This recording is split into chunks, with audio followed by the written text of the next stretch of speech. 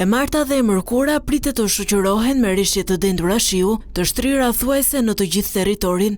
Autoritetet kanë dhënë paralajmërime për përmbytje në disa zona, veçanërisht në fushë Shkodër. Do të ndaloja në situatën e fushë Shkodrës. E marr masat nga kesh për të krijuar volume në të dy basenet dhe për të mbledhur kështu ujin pa shënë nevoja që ta hapen portat. Megjithatë, intensiteti në atë zonë, pra në gjithë zonën e Kaskadës, do të jetë shumë i lartë. Intensiteti më i lartë i rreshjeve pritet ditën e martë, duke rritur rrezikun e vërshimeve të ujit. Pjesa e baseneve të Komanit dhe të Dhavut të Dejes do të kenë intensitet rreshjesh mesatare dhe të larta, çka do të ndikoj, besoj, edhe në të njëjtën sistem edhe në pjesën e Nën Shkodrës apo dhe të Lezhës. Në pjesën jugore, pritet që intensiteti në Gjirokastër të jetë më i lartë, çka sjell shpeshherë edhe ngritjen e nivelit edhe të nivelit të Vjosës. Kemi një shtrirje të madhe disa ditore të rreshjeve,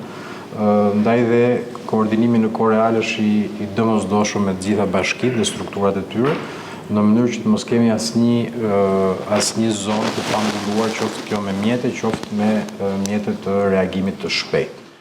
Autoritetet bëjnë thirrje për kujdes të shtuar nga ana e qytetarëve, sidomos në zonat me më shumë rrezik, ndërsa në qytetet bregdetare është pezulluar lundrimi për mjetet e vogla.